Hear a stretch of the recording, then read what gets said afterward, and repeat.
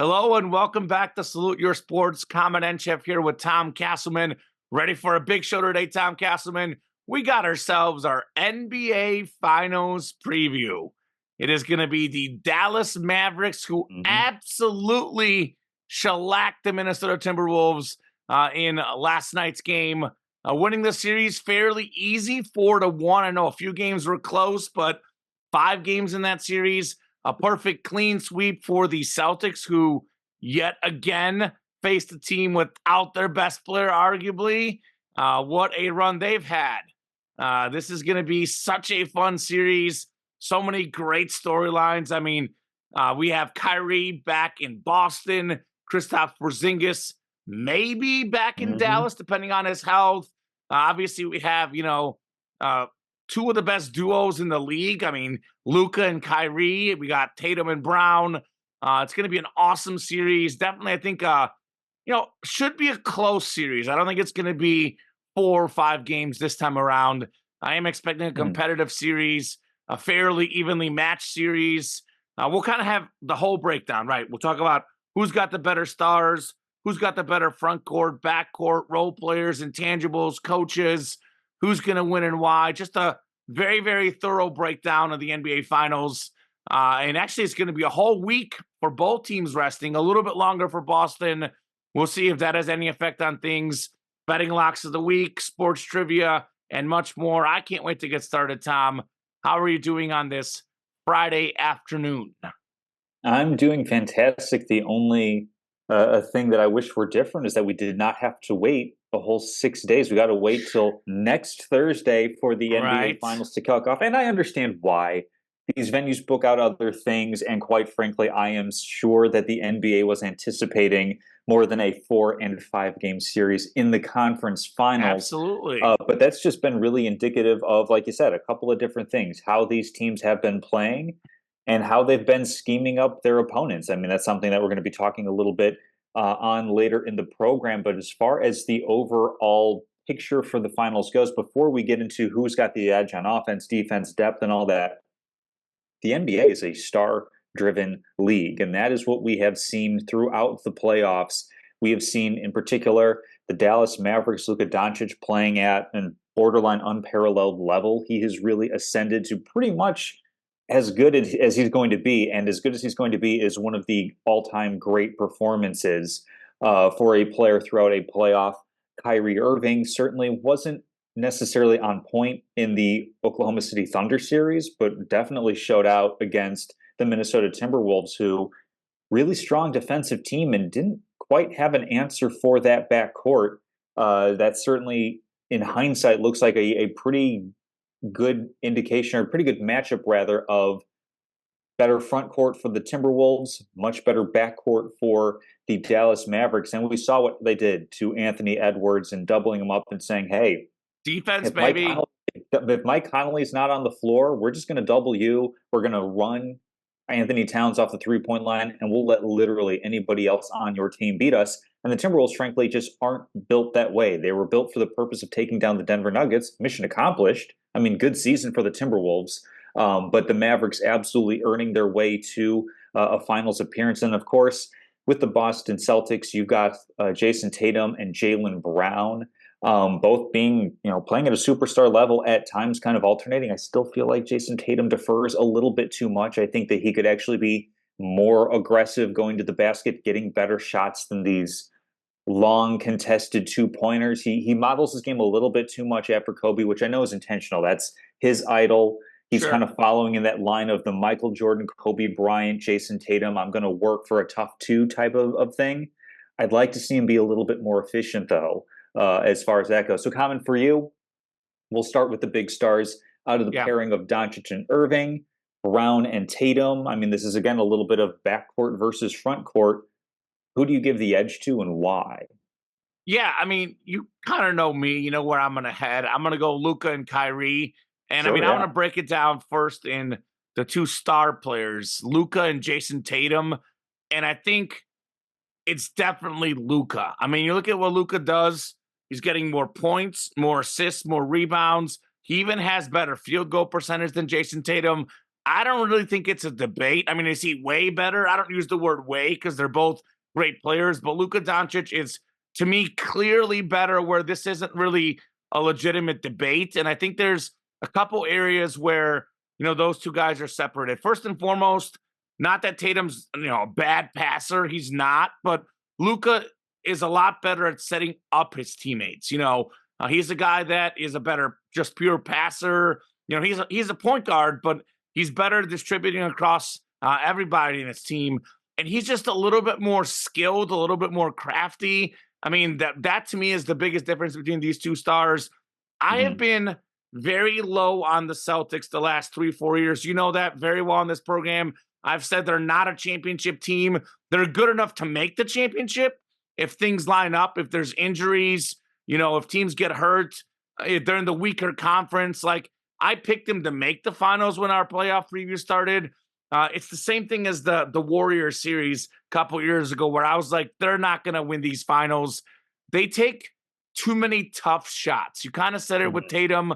It seems like everything for them doesn't look easy. It's a lot of these jump shots. I mean, Tatum and Brown, they're not great at driving to the basket. I mean, I know they're not big guys, but Luka and Kyrie, both of these guys are really good at getting to the hoop.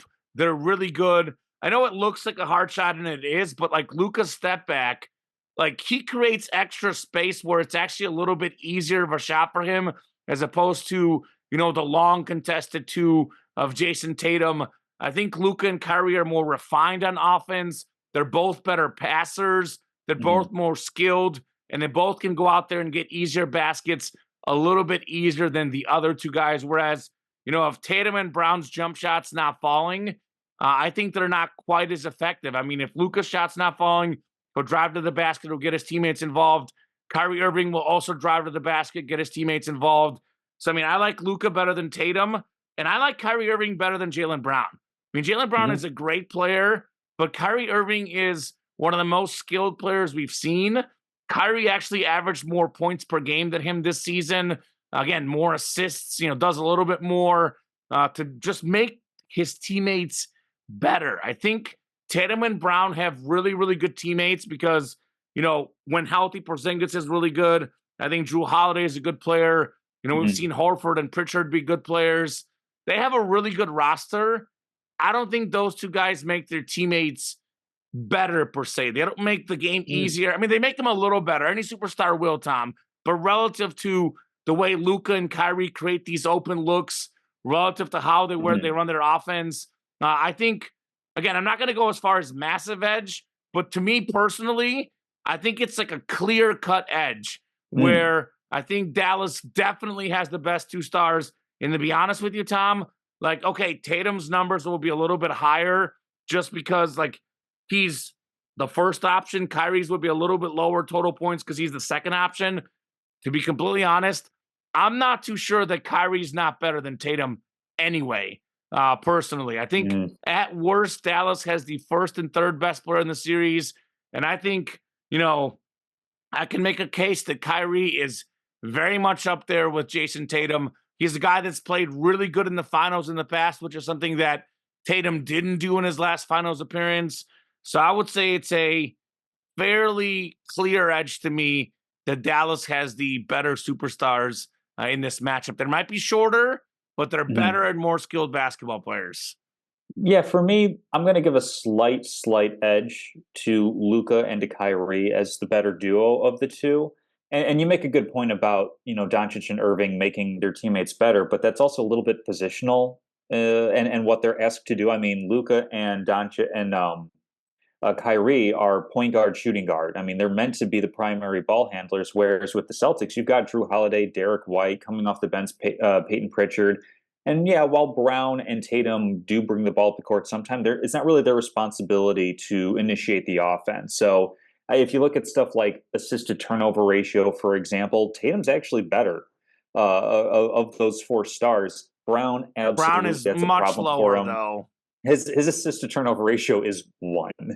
Yes. Like he's pretty even up, whereas Tatum's at 2.5. I think Luka's down to like 2.2. So like it's just like different usage rates, and they're just asked to do different things. But I think just like the way that they're playing right now, I think Luka is playing at his absolute peak. I think Tatum can go up like another half level, give or take. I'm not I sure that think he that there's, can. I think that there's a little bit more in his tank to reach his ceiling. And Jaylen Brown, well, again, that assist to turnover ratio is pretty atrocious. I mean, he is putting up 25 a game and he's shooting well over 50%. I think I have it right here, 54% from Yeah. the field. So he's putting the ball in the hoop. He's doing what he's supposed to do, which is kind of be a superstar, or I'll say star level 3-and-D type of guy, where he's picking up a good defensive assignment. He's scoring the ball, but he's not really responsible for making the key pass or setting up either guys. I mean, move the ball within the offense. They don't When move the he gets ball the enough. ball, That's part of the problem. They're they do need to so do that a little bit more. But when he gets the ball, basically he's going to the basket or he's doing like a drive and kick. Like that's his contribution to setting up the offense or like making that like around the perimeter pass.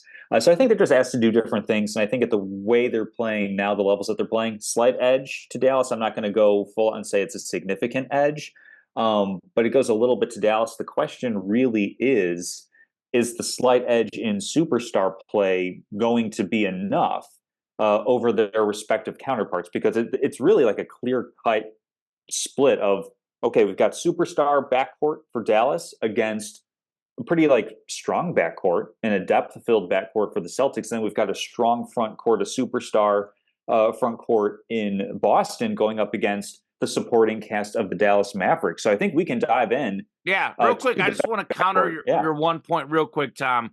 Mhm. What you were saying about those guys. I get what you're saying that they're different positions. They're not asked to do that. But if we're talking about like, because whenever we're talking about a championship, we're talking about like top superstars. I mean, very rarely does an NBA team win a championship where they don't have a top 5 player in the league. And that's what I think, Luka's a top 5 player. Tatum isn't for me. You look at like Mhm. LeBron James, he's a small forward of position. Nikola Jokic, he's a center by position. And even Jokic doesn't bring the ball up the court, but he's the guy running the offense. I mean, I think like They Larry do run it through Bird, them. Yeah. Larry Bird, all-time great player. He was dishing it left and right. Even Michael Jordan, you watched the 91 finals. He put on a passing clinic against the Lakers. I think a lot of these like top tier, like top 5 Mhm. players in the league, even if they're not necessarily a point guard, they're so good at making their teammates better. And that's kind of my point that Jason Tatum, I consider him like, to me, a second tier star. Now, that's not a bad thing. I think he's in the discussion for a top 10 player. I don't personally put him in my top 5. And I can't, like, when's the last time? The Detroit Pistons? Like, last time somebody won a championship No, without a top 5 player in no, the like league. the San Antonio Spurs. I don't think anybody would say that version of Kawhi Leonard, Tim Duncan, Tony Parker That were was in the like, top 5. God, I don't know. I mean, the Like early I, championships, Duncan was definitely top well, 5. in the early, but That, I'm saying like against the Miami Heat, but that's the like, latest title. I don't think they had a top 5 what guy. year was that, Tom? That was like 2012, Well, 12 it's years certainly more ago? recent than the Pistons. So 12 years ago. And we're talking about like Mhm. all-time greats, like 4 Well really now, good players. Like, I don't think that the Celtics, all due respect to Drew well now I'm Holiday, going to have to look at Kristaps Porzingis, they don't have like 4 guys like that. They have 2 superstars. The other I guys are think role players. I mean, I Manu and think Parker are that this better is than role players. I think that this kind of is skewed though by the fact that it was a dynastic championship run between Steph Curry and LeBron James.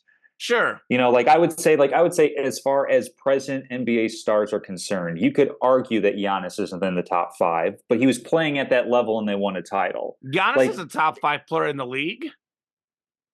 Come I on, think it's a Tom. discussion. I think he's a I shoo-in for mean, top 5. When healthy, he's like the second or third best player in the league. It's like Jokic, Giannis, and Luka are the top 3 players right now in the NBA. I don't think there's anyone else that is in my discussion for top 3. I mean, Curry, I'd have to think maybe. on it. I mean, Giannis is a 2-time MVP, Tom Castleman, and he won Yeah. those MVPs the year they won the championship. I would say he was definitely a top 5 player in the I league. don't disagree that you need a star. I guess I just kind of disagree with it. It has to be somebody who's among the top 5 players. I think that there's a I mean, lot more that if goes you're into gonna it than win just without a top 5 player, you got to have like all time like understanding and role players. And the way the San Antonio Spurs played, they move the ball like tiki-taka Barcelona soccer. The Boston Mhm. Celtics don't move that ball that well. They have a lot of good players, but I don't necessarily think they have that team chemistry, that ball movement that, the Spurs had, maybe the Warriors had all those years. I just, Mhm. I don't know. It's not that Jason Tatum's not a good player. Like, I'm fine with putting him in the top 10. I just don't think he's a top 5 player in the league. And And I I don't think think that he that's going to has to hurt his be in team. order. I don't think I he think has he to be in does order for the against Luka and Celtics to win. Kyrie. Oh, I think that he yeah. does have to step it up, but I think that the way that the Celtics have been built, uh, you can win with depth. I mean, like let's get into the backcourt between Sure. these two teams here. I mean, obviously we've already talked a good bit about Luka and Kyrie and what they're doing, but really like the next best players in this series, if we're going to say like, okay, there's two on each side for Dallas and for Boston. I think Boston's got 5 and 6, or rather, at this point, it would be 8 and 9 if I can do math. 2 plus 2 is 4, so 5 and 6. Hmm. Derek White and Drew Holiday, I think they've been playing really really well in their roles. I mean, Derek White's actually been putting up a lot of points. I think he's been asked to do a little bit more scoring, given that Kristaps Porzingis has been out the entirety of the playoffs to this point. He's a But he's baller. answered the call, and he's also completely locked in on defense, as is Drew Holiday. I think that's going to be a pretty significant thing there, because we saw what happened between Dallas and Minnesota when the primary ball handler Mike Conley was out. Well, Boston can go 2 to maybe 3 guys deep at primary ball handler. Peyton Pritchard can at least shoulder, can give a bit of a break to Derek White and to Drew Holiday. Whereas you look at the depth for the Dallas Mavericks, I mean, outside the 2 guys that they've got running in that backcourt at 40 plus minutes a game, I mean, do you really trust Dante Exum, Jaden Hardy, Tim Hardaway Jr. is like good backcourt mates? So I give absolutely the top end edge to Dallas. It's going to be interesting to see, though. Like, every championship team obviously relies on its stars, but you also have to have at least one game, sometimes two, where it's your third or fourth best player making some sort of big contribution to the effort. I think I give the backcourt edge to Dallas on star power, but I definitely think Boston's good enough in the backcourt to at least neutralize a little bit or balance out a little bit what the Mavericks can do. No?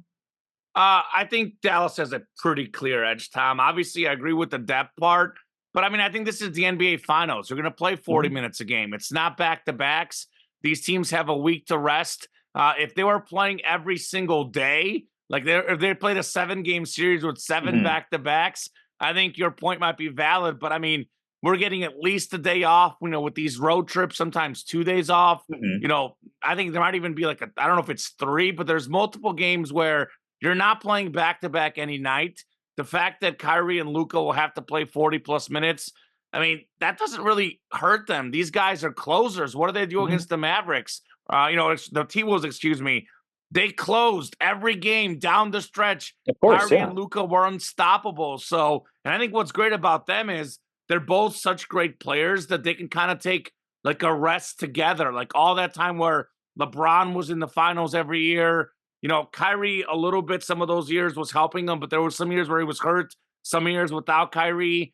A lot of LeBron's career was he had to shoulder the whole load. Well, Kyrie and Luka can take Mm-hmm. possessions off because they can let the other guy do it. In fact, if you watch them, that's exactly what they do. I think Brian Windhorst had a really interesting comparison about Luka Doncic. He compared him to the GOAT Leo Messi and Luka Mm-hmm. Doncic. Like, if you watch the game, there's a few possessions where he's just going to rest because he works really hard. When he gets the ball, he creates so much stuff for his players. You can almost see if you watch their games where Kyrie and Luka will both like entirely take the possession off and let the other guy cook. So it's like it's different than LeBron having to be out there every single time, to create every Mm-hmm. single play. They have 2 creators. So I'm not worried about the depth portion of it. I mean, the only time that comes into play is if somebody gets injured, which, Mm-hmm. obviously if one of those guys gets injured, I would pick Boston. My whole pick Of would course, yeah. change. But I'm not too concerned because at any time in that backcourt, all due respect to Derek White and Drew Holiday, and I like Derek White a lot. They're not even close to Luka and Kyrie. They're not even breathing the same air. I think the backcourt advantage is so significant. And I think, you talk about the third and fourth guy. I know we'll get into the front court, we'll get into the role players. If you talk to me like before the playoffs started, I would have said, well, Boston has way more depth, but it's about how these guys are playing. And Dallas's role players, it may not necessarily be the shooting guards, but you look at Derek Jones Jr., you look at Derek Lively, Daniel Gafford, these guys are contributing. So it's not like Dallas is a two-man team. I think that's one of the things that the people not paying attention associate the Dallas Mavericks as a two-man team. They are far more than that, especially on defense. Especially on defense. Dallas is Gafford, Lively, Jones Jr. These guys are awesome at defense. So I actually like Dallas by a lot in the backcourt personally, Tom. It's such a massive advantage for them in this series with Luka and Kyrie. And I'm going to go as far as say, who was the guy that made the comparison? They called him the best backcourt of all time.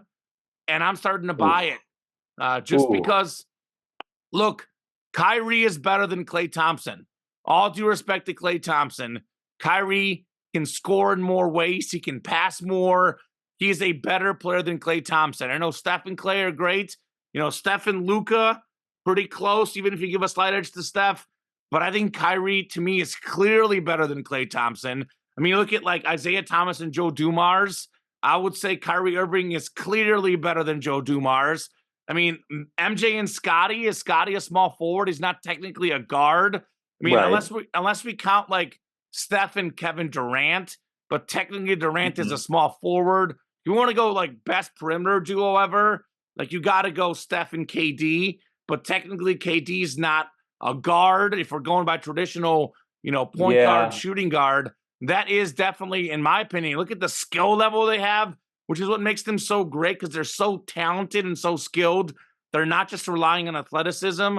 I can't think of a better backcourt in the history of the NBA than Luka and Kyrie, Tom. I had not seen that. So this is I didn't realize that this was something that was out there. So off the top of my head, I can't really come up with that. But that's what I'm saying. I mean, but how many years were the Golden State Warriors in the finals with that duo? Like, I know they're doing different things. And again, like the offense is a little bit different. I think the Warriors have better role players than the Mavericks team right now. Well, yeah, but I mean, the Splash Brothers were a thing for a long time. Like, don't get me wrong. Kyrie and Luka are playing at a phenomenal level. They've done it for one season. Klay is a 3-and-D guy, though. Luka and Kyrie do everything. Like, I'm not saying Klay's not a great player, but like, who's better, Klay Thompson or Kyrie Irving? Kyrie Irving's better than Klay Thompson. I don't know. On offense, yes. Klay's definitely a better defender, and that's a big part of the game. First off, great offense beats great defense. Your boy Drew Holiday, he couldn't stop Jimmy Butler. And I think that Kyrie, if you watch the way Kyrie's playing, Kyrie and Luka are D'ing up. I think people are not giving them enough credit. These two guys are playing at a high level on defense. I think if you talk to most basketball people, overall basketball player, are you taking Klay or Kyrie? Because Klay is a 3-and-D guy. He's not a guy to talk about making his teammates better. Like, what would Klay Thompson be if he didn't play in that free-flowing shooting offense with Steph Curry? He would be good, but we wouldn't be talking about him being an all-time great player. Like, I don't know. I don't think so, like if he were given more usage, like that's a what if that we can't really have. And I don't think he would be as good. Like Kyrie could work. That's fine. It's also beside the point. Like that's I'm just saying we're talking about the best backcourts. This to me is the best backcourt of all time. So I'll say they have a massive edge against the backcourt for the Celtics that, is good, but nothing special per se. Like, I mean, like Holiday's been an all-star, but they're not like, at no point has Drew Holiday been a top 10 player in the game. At no point. No, and Luka and Kyrie are both arguably two top 10 players. Luka for sure, top 2 or 3. Kyrie's probably right on that, either barely in, barely out for top 10 players in the league. I don't know. There's a lot of players in the league. that are really good. That's a different conversation, I suppose, for a different time. My opinion is I agree. The Mavericks do have a pretty significant edge in the backcourt. The difference is going to be, can the Celtics backcourt do enough to keep it close so that their front court, where they I think have a significant edge, can come into play. Because of course, if we're going to say Luka, Kyrie backcourt over Drew Holiday, Derek White, I'm completely on board with that. But there's no way you can tell me that Derek Jones and Lively and PJ Washington are better than Gafford. Tatum and Brown and Porzingis. I mean, again, assuming Porzingis Sure. even plays, like we could be seeing a No, health I mean, I dose agree. of Al Horford there. So really, like I think it's pretty clear that the Celtics have the huge advantage in the front court. So the conversation or the discussion really comes down to, is the delta between the backcourt advantage and the front court advantage enough on either side to say that this team is going to win a championship? And I mean, the depth is going to come into play too. I'm not sure like how much we need to get to the better front court as well, because I mean I think it's pretty clear. Well, there's actually a couple really key points to mention, though, Sure. Tom. I'll say this, and I think a lot of it depends on, like, about Porzingis, how healthy is he? Because we Mm-hmm. talk a lot about, Tatum and Brown. They're very jump shooter based. And I look at Gafford, Lively, Derek Jones Jr., They attack the Dallas. basket hard. Dallas have a lot of size, and I think their defense matches up really well with Tatum and Brown. Again, I agree with you. I mean, Tatum and Brown are, all-star level players. Those guys aren't. So Mm-hmm. Boston has the edge, but I think a lot of people think it is definitely a clear-cut edge. But if we're talking about the defensive side of the ball, I mean, they But match great up offense really beats well great with those defense, comment. guys. No, I mean, Great I know, I offense agree. beats But defense. that's what I'm saying, though. Tatum and Brown don't have that skill set to be as skilled on offense. They're more based on just jump shooting. And whenever you have like a, 6'10", 7-foot guy who can move, who's athletic, all of a sudden those jump shots are a lot harder. Because I mean, Tatum and Brown are usually shooting over guys that are taller than them. That they're taller than, excuse me. I think this Dallas team has the ability to make it tough on them, if that makes sense. Like, I think Dallas, and I agree. I mean, I know I'm going to sound like a contradictory. I think offense matters more than defense, but I think that whenever we're looking at overall, I'm not saying that defense doesn't matter. I'm not dismissing it that it doesn't Mm-hmm. matter. I think Dallas has really, really good front court defense, one of the best I've seen in recent memory. So on the defensive end, their front court is absolutely on par with the Celtics. They just don't have that same scoring, but they don't need the scoring. Just like you'll say, Boston doesn't need the scoring on the backcourt. Oh no, they do. But, no, they they'll need absolutely it do in need the this scoring in the series. backcourt. Well, they need So- it in every series. I mean, like that's how they've gotten to this point. I mean, know, but Derek White's been their third best scorer. I mean, even like Lively, man, the game he missed, they lost. That guy has the most fitting name in that it's Lively. Do you know what stat I saw, Tom Castleman? Mm. Let this sink in. He's got the second best plus minus in an NBA playoff. I think it was since 97 or 87. I'm trying to remember. I think it might have been 97. Since 1997, I saw the graphic flash Mhm. during the game. He's got the second best plus minus in playoff history of any rookie since 97. The only guy to have a better plus minus since then, we're talking about what? That's 27 years. It's Manu Ginobili. That's the only guy with a better plus minus than him since that time. So I think like the impact of some of these Dallas guys is greatly underrated. We talk about fit too. I mean, what's Luka really good at doing besides scoring? He's really good at playing off those screens and throwing those lobs. And Dallas will have either Gafford or Lively in at any time. And again, we talk about, modern guys shoot threes. These guys don't shoot threes. Like, that's what I love about Dallas. They don't have to have the modern three-point shooting big man. I know they had Max Klebo forever, and they got rid of him. And these guys are better. Doesn't matter. Like, how many dunks do these guys get at the basket just based on Luka's ability to make that sick pass near the basket? So, I mean, obviously, Tatum and Brown, all-star level players. But I think, in general, the whole Dallas Maverick team I think a lot of guys will recognize Drew Holiday and Derek White, say these guys are good basketball players. I think a lot of people who have not been paying attention to these playoffs don't realize how good Dallas is. This is not just a two-man show. It's a lot of really good role players in many ways, like the Denver Nuggets. Like, they may not score as much as Michael Porter or Jamal Murray, but they're considerably better on defense, and they kind of know their roles. They know where they fit in. And between PJ Washington and Derrick Jones Jr., there's always one of them playing well at all times. It may not be both, but one of those guys seems to always be knocking down threes. And same thing, Derrick Jones Jr. Let's talk about an athlete. This man flies through the air and throws it down. Like, they just fit really well. I think the Dallas Mavericks, ironically, everyone was talking about, can Luka and Kyrie work? Their team fits better than the Boston Celtics. Like, you know what I'm saying? Boston may have more depth, more total good players, but they don't fit and mesh the same way Dallas's team does for me, Tom.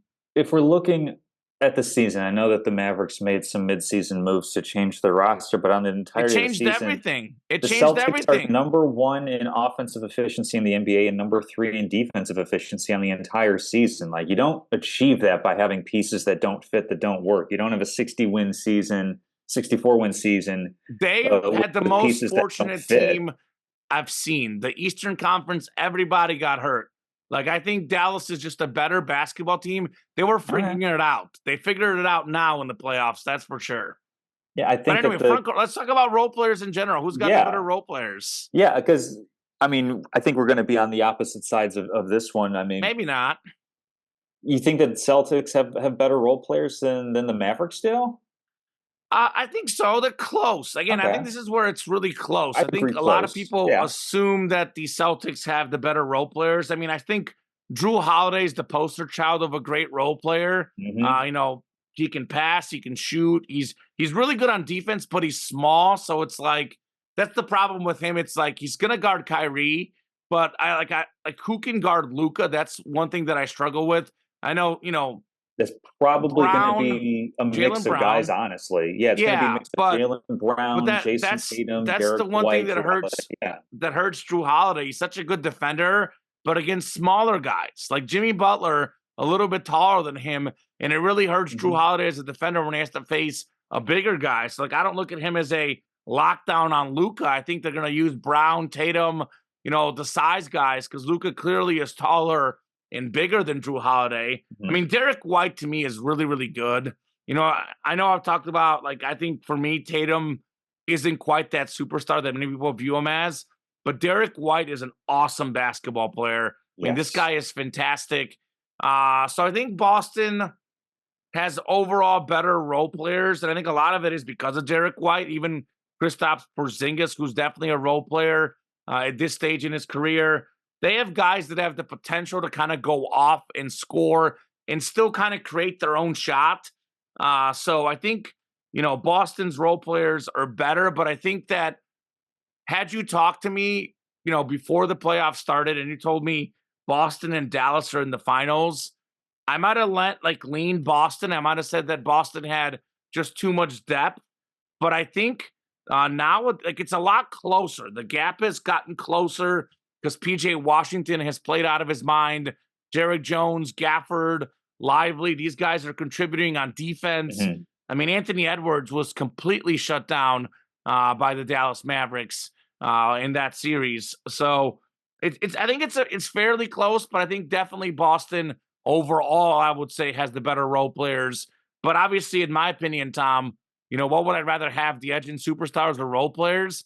I mean, superstar to me is more important than role player, but I'll say Boston has more total depth and more better role players in this series than Dallas. Yeah, I think Kristaps Porzingis, if he doesn't play, I think it's pretty close. Yes. In the role players for that, because I mean, you mentioned, you know, Washington, Lively, Gafford, like, they're pretty solid guys. I think the Celtics, the edge I'll give, even if Porzingis is out, the reason why I'll give them the edge is because they're used to that, quite frankly. You know, Porzingis has missed time throughout the entire playoffs and a bit during the regular season. And, I mean, the Celtics didn't even have Porzingis last year, so they're pretty comfortable rolling with, you know, an Al Horford playing some significant minutes. Not necessarily saying like these guys are really solid players, but you need somebody to be a big man. Luke Cornett and Xavier Tillman, like they fill that role adequately as far as, hey, we can be big, we can stand there with our arms up, we'll foul every now and again, grab the easy rebounds and whatnot. Don't really count on us for anything else. So I think I'll go edge, and really the X factor is going to be how is Porzingis going to be playing coming off of this leg injury, because we've seen that the strength for the Dallas Mavericks is you've got two phenomenal dribblers, ball handlers in the backcourt, and they do a really good job of putting defenses in conflict. And I think Boston's defense is really good, but there's nothing more deflating than doing all the right things and then just Kyrie and Luka are just going to throw a lob over your head That's for what an easy Edwards said, 2 points. by the Like way. Luca that, made logo threes. It's like, what can you do? You know? yeah. It's between logo threes and then like just getting right in the lane, right in the paint. You force everybody to converge on you, and then you just flip the ball up, and one of those really mobile, athletic guys throws it down. So Porzingis, I mean, obviously it's 7-3. He's made 3-point shooting part of his game on the offensive end, and of course, good shot blocker in no small part because of his size. How are they going to be able to defend those rim running plays that Dallas is going to be running? I think that's going to be a really, really big key in the series. So I mean, I know I'm starting to move into a little bit of like better on offense, better on defense here, but really, it's how are these role players going to execute the game plan on each side? How are they going to be able to maybe sometimes live with just stay one on one with Luka and Kyrie, let them kind of do whatever they're going to do. They're going to take and make crazy shots. Let's not give up the easy ones. Kind of like I don't really believe in momentum, but the momentum stealing where it's the lob dunk and all of a sudden Missoula's out in the court calling timeout, and it's like See, that's what's great about pick your Dallas, though. poison. They're not Mm-hmm. affected by that because Anthony Edwards had that throwdown dunk on them. What was it, game 2 or game 3? And I think like I was watching Inside the NBA, and Shaq and Chuck are like, we thought the game was over because Edwards, Mm-hmm. got that awesome dunk, and Dallas said, "Who cares? We're coming right Yeah, back, and we're going to win the game." yeah. So as So far as so who's I better on offense, Tom, it's it's a one of tough those one. things. Like if you look at the stats, you would say Boston, Mm-hmm. but it's one of those things where like it's kind of hard to describe because I'm so stat based, but sometimes even I will believe that stats lie. It's like when you see it, you know it. I think Boston, again, has been healthier this season. I look at who they're playing in the playoffs. Like they played the Indiana Pacers, who are not a good defensive team. They've played all these teams with injuries. Cleveland Cavaliers, bunch of injuries. They played the Miami Heat, a bunch of injuries. So, like, yeah, they better have better playoff stat numbers. The Dallas Mavericks knocked off the number 1 seed in the OKC Thunder. Then they knocked off a Minnesota team that is really good on defense, and they didn't Mm-hmm. look as great against Dallas. I mean, that's what a lot of people thought would be the difference. Charles Barkley was calling them one of the best defensive teams ever in Minnesota, and Dallas kind of did what they wanted to. So I think to me, a lot of this comes down to a lot of times in a regular season game, you have your back to back, you're a little bit tired. Maybe sometimes, the effort isn't always there. And what happens when you do that against Boston? They start raining threes on you because they get good looks. In an enclosed playoff series against the good teams, I think that Dallas is going to run them off the 3-point line. And I think a lot of, Boston is a very much live and die by the 3. Whereas I think Dallas, like, yeah, of course they make threes, but I think Luka and Kyrie can get to the basket better. I think they can get Mm-hmm. easy points better. I look at Gafford and Lively can get easy points by dunking. It's just like Luka and Kyrie kind of make it look effortless. Tatum and Brown always make it look tough for me. So, like, yeah, the cumulative stats might be better for Boston, but I just look at that backcourt and Dallas. I think Dallas is a better offensive team. It's close. I mean, these are two of the best offensive teams in the league. That's why they're at this stage in the playoffs. I'm not saying it's a massive edge by any means, but I think in a series where you play each other every day, you kind of get used to the other team, and you get used to like what can you do to limit them. And I think I look at Luka when Luka's going off. there's nothing you can do. I mean, this series is going to go down to the same thing the last series went down to. Luka Doncic is a good three-point shooter, but he's streaky. Sometimes he's really good. Sometimes he's just okay. If Luka makes a high amount of his three-pointers, the Dallas Mavericks are going to win. If Luka doesn't make as much threes, they're going to lose. Porzingis' health, very important in this series as well. I kind of doubt that he's going to be fully healthy. Even if he plays, if he's been out, if you're healthy, Tom, you play in the conference finals. If you're remotely healthy, he wasn't healthy. Like, you can argue like they probably thought they could beat the Pacers anyway, but I don't know. He definitely is not going to be 100% Kristaps Porzingis. So I like Dallas's offense a little bit better. I think they make it a little bit easier. They're just a little bit more skilled and just a little bit less reliant on threes. But I mean, when Boston's hot, Boston's hot. It is the Boston three party. So I definitely think it all depends on the three-pointers for Luka and just how many three-pointers does Boston make in this series. Because, if we get Boston's A-level, it's a virtual wash for me because they have the ability to, shoot you out of the building, the Boston Celtics. That is definitely true.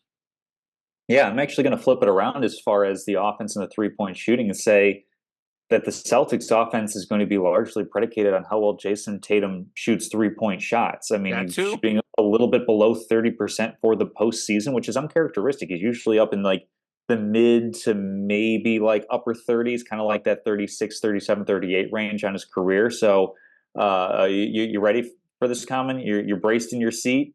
Regression to the mean is going to be really, really important for Jason Tatum and his success within the Boston Celtics offense and the overall team success. Like I said, I think that when it's humming, give me Boston's offense over everybody else because I really value efficiency, and Boston's really good at that. They are really efficient with their scoring, and it's more than just Tatum and Brown. It's also Derek White. It's, Peyton Pritchard, who takes maybe 3 threes a game, but his percentage, he's hitting 45% of them, mostly because the offense is working the ball around to get him that wide open shot, in the corner, top of the key, off like that midway point. I'm blanking on what that specific spot on the floor is called, but the Celtics offense really does a good job of featuring its role players as three-point shooters, where I think that Dallas's offense does a really good job featuring its offense with easy twos and getting those for its role players. So it really is, the two shots in analytics that everybody wants to go for, easy twos and open threes. And it's just going to be a matter of how does each other team, flipping over to the defensive side here, combat that, and how do you stop that sort of thing, or at least make it difficult? Because again, this is the NBA; these are professional superstars. Points will be scored. You can't really do that.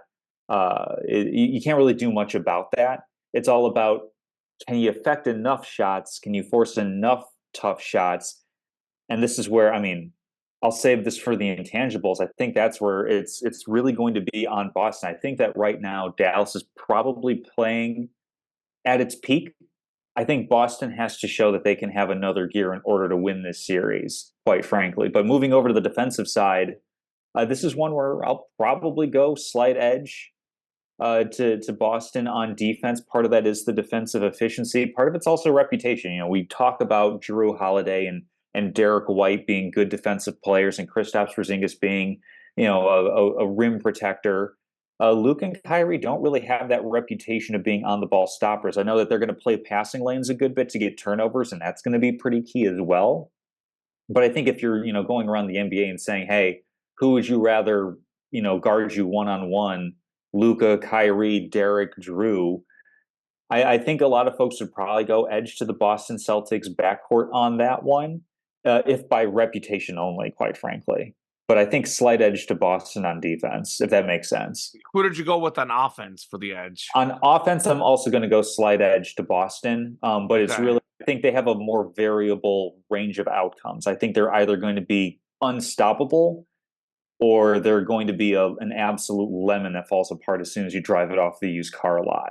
Nice. Well, and that's kind of what I went with Dallas slight edge because I can trust them more. I can trust Luke and Kyrie to Makes come up perfect plays. sense, yeah. I don't know. what I'm going to get from Boston as far as their threes. I think a lot of this, like, first off, defense is played in the NBA. That's a myth that's not, it's something that's Mhm. just not fair against these athletes. But I think a lot of the playoff intensity, I think there's two reasons why we see it ramped up a little bit more in the playoffs. I think part of that is, the whole back to backs, how we don't have back to backs. I think any human body would be tired having to play back to back games. So it Mhm. makes it a little bit harder to play defense. And if you're a superstar in a back to back, like, I think it's only human nature that, it's your second night in a row and you're going to focus on offense. Like, that's not like, I know it sounds bad, but that's just part of what it is. And I think that's like, if you look at how Luca and Kyrie are playing defense, even like I've watched some of their regular season games. If you look at the final few minutes of the game, these guys really ramp it up. Mhm. I think the effort is there when they need it to. Like, what if they're up 15, 20 points or down 15, 20? Maybe you wane a Yeah. little bit, but I think if you watch the way they've played in these playoffs, I'm not going to say they're all NBA defense, but I think it's very fair to say that they're actually good defenders. I think that knock on both of those guys really isn't fair. I think they're playing at a really high level on defense. I mean, obviously, even better on offense, but Mhm. I think those guys are not like, they're not liabilities. Let me put it that way. They're not liabilities. And again, talk about defense. I mean, Luca is just flat out taller than Derek White and Drew Holiday. So, like, if those guys are shooting over Luca, like, just by his sheer height alone makes it tough for those guys to shoot over him. Whereas he's got that size advantage against those guys. And those are Mhm. probably not the guys that they're going to guard him. But that's what creates, like, what if they're asking Tatum and Brown to, guard Luca? Then those guys get tired. I think that's going to be the key for Boston is try to punish Luca and Kyrie on the defensive side, and that's going to be a strategy. I'm not sure it's going to work out as well as they think it will, because I think Luca and Kyrie have really ramped up their defense. I think Gafford, Lively, Derek Jones Jr., they're long, they're strong, they're like Mhm. Porzingis in many ways. So I think, again, talk about reputation. Boston, I would say, is the slightly better defensive team, but I mean, if I'm talking about who are the best defensive teams in the league right now, it's probably Boston, then it's either Dallas or Minnesota. So it's like both of these teams are really, really good on defense. They're both really, really good on offense. I don't think there's such a major edge there. I mean, really, I think there's really probably only two areas where there are major edges, and that's that Dallas backcourt, Boston front court. But Mhm. you look at some websites list Jaylen Brown as a shooting guard. So, like, if we were to say that Jaylen Brown's a shooting guard, then you put him in the back court and then you don't count him as the front court. So it's just, Mm. uh, It's all semantics at it's that all point, frankly. Yeah. semantics. But I think, like, we always talk about superstars, and I think a superstar has more ability to affect a playoff series in the playoffs as opposed to the regular season because they have that little bit of extra rest. They have a little bit of extra training. And whenever you give a superstar extra time to prepare for an opponent, not on a back to back, I think, to me, I guess if you don't mind me sliding straight into Yeah. intangibles, I know we have coaching, but we can do intangibles, then we can do coaching Mhm. afterwards, which, to be honest, is arguably part of intangibles anyway. Of course, yeah. Um, I think that's an intangible that Dallas has. I think that they've got, to me, better superstars. And if you give a superstar, more ability to prepare to play the team, you know, 2, 3, 4, 5 games in a row, these superstars try to figure it out. I mean, if you look at Luka Doncic, I know I've talked a lot about LeBron and Jokic just, being really, really smart. Luca is from that same cloth as those two Mhm. guys. He knows how to pick you apart. And the more time you give him in a series, he actually settles in as the series gets later. Late in that series against Minnesota, they had no answer for him. He knows what he wants to do. And the more he sees you, the more it helps the superstar. So I definitely think Dallas has that intangible advantage. And even though technically the Celtics were in the finals a couple years ago, Kyrie Irving, I mean, this guy's won a championship. Jason Mhm. Kidd, the head coach, he's won a championship. I mean, you look at like Dallas, it seems like everything to do is methodical. That's why I think they have better coaching. Joe Mazzulla, not the most experienced guy. If you watch Mhm. Boston play, it looks like Boston is just playing basketball and they win because they're better than their opponent. And in this series, it's like they're playing a team that is like evenly matched with them. And that intangible advantage of like, well, we're just better than you doesn't really exist there. And I think Dallas, what's great about like, it's kind of weird to think about, but Boston has been really mediocre at home the last couple years. And the Dallas Mavericks, Tom, they won all 3 games at Minnesota, 2 out of 3 against the Oklahoma City Thunder on the road, 2 out of 3 against the Clippers on the road. Mhm. Dallas was 25-16 on the road in the regular season, the same record as they were on the home, 25-16, both home and road. That's a team that the home court, to be honest with you, I think almost hurts Boston. And I think Boston players, to me, are feeling a little bit of pressure. I think they've been so close so many years, all these Eastern Conference final appearances, now a Mhm. couple NBA finals appearances. They have no rings to show for it. I mean, obviously, Dallas has pressure too. Every team in this Mhm. scenario has pressure. But I think there's a lot more pressure for me on the Boston Celtics. Like, they're the favorites in this series. And believe it or not, Dallas has been an underdog every single series so far in the playoffs. And they're like, okay, we'll do it again. We relish that underdog role. So, I mean, I think also like Kyrie, like he feeds off that sort of like hatred towards him. I actually think like Porzingis in Dallas was so long ago. Like I know Mhm. that it didn't work out, but there's not that same sort of like, Porzingis is back in Dallas. It's not like a massive deal to me. Whereas Kyrie back in Boston is kind of, it's got that like, they were really like harsh on him. And that really like kind of got him fired up. I think he's going to be fired up in this final Mhm. series. He's going to be a massive X factor. Been there, done that. So I actually think, to me, Dallas has the better coaching. Dallas has the better intangibles. I think they have that extra edge that I don't think Boston has in a series like this. Yeah, I think that I agree with you that Dallas is better coaching. I mean, not that this is a coaching matchup for the ages, because I don't think, in the grand scheme of the NBA, that I would put Jason Kidd near the top of the NBA coaches as far as in-game tactician, but certainly they're able to figure out a couple of different things along the way. I mean, they definitely made a point of forcing the Minnesota Timberwolves into something they weren't comfortable doing on the offensive side, and that was pretty key. And then using the significant advantage they had in the backcourt to just say, "Hey, your second and third best players are 7 feet tall, and they're going to be in the post and everything like that. Good luck dealing with us as we're hitting these logo threes and what have you." But I think like the intangibles are pretty even. I mean, give the edge to the Mavericks for coaching, but it really does come down to Kristaps Porzingis' health. That's definitely an intangible thing. But that's Uh, something that hurts Boston. Like their no, third best player is but injured. it also could help them. I'd say Porzingis is their fourth, maybe fifth best player. Really. Yeah, like I would say Derek White, the way he's playing right now, I'd say is better. I'd even say Drew Holiday better than Kristaps Porzingis. But I mean, that's talk I don't about the know. depth. I mean, when we're saying Kristaps Porzingis is the fifth best player, I I think think he's he's the improved third the best position that player he for played. me. But I mean, I that's went that's healthy. that's a fun argument to have as far as I'll tell you this though, things Tom, go. about Jason Kidd. I think what again fit it works. Like Jason Kidd is a point guard. He's got the brain of a point guard, and he has Sure, two of yeah. the most elite point guards of the last 10 years on his team.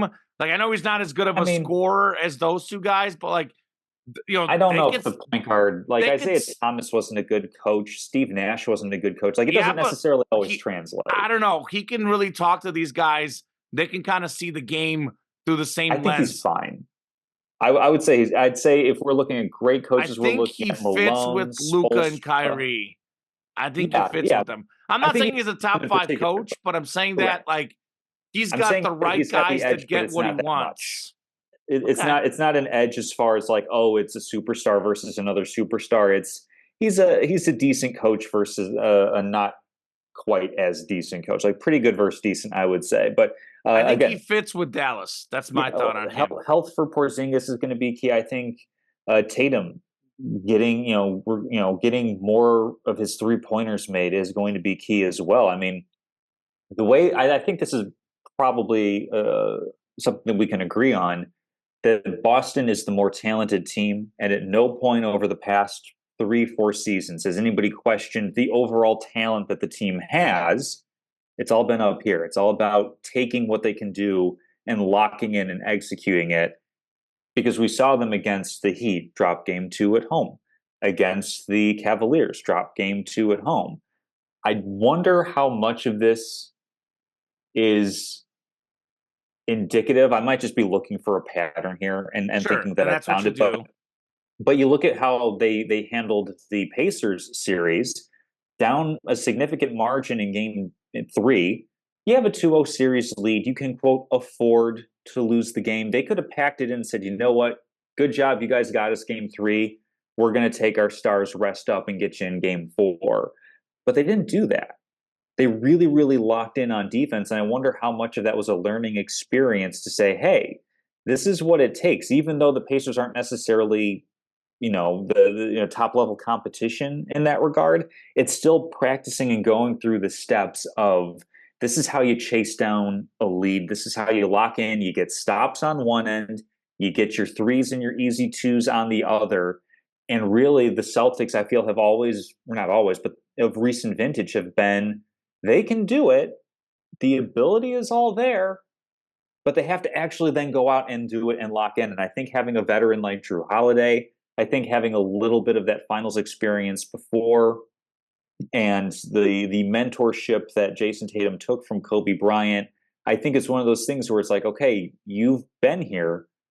Now you kind of have to know what it takes to go out and do it. I think that's going to be the key, really. Is, if I'm going to think that Boston's a little bit better on offense, a little bit better on defense when they're locked in, the intangible is being locked in. And that's to say nothing really quickly about the experience on Dallas's side. Obviously, Jason Kidd is a champion. Kyrie Irving's a champion. And granted, it's in Europe, but still, Luka Doncic led Real Madrid. Was it Madrid or was it Barcelona? I'm It was blanking Real now. Madrid. It was Real Madrid. Like, he took them to a EuroLeague title. So he knows how to win as well. I don't want to say that because he hasn't won. I think he won a European competition with Slovenia too, the Eurobasket one year or something. Possibly, yeah. Like he's won at multiple levels as well. So I think championship pedigree exists on both teams. I just think that with the wider range of outcomes on the Celtics, I think they have a higher variance, a higher ceiling than Dallas. So really, the intangible is going to be locking in and actually achieving that.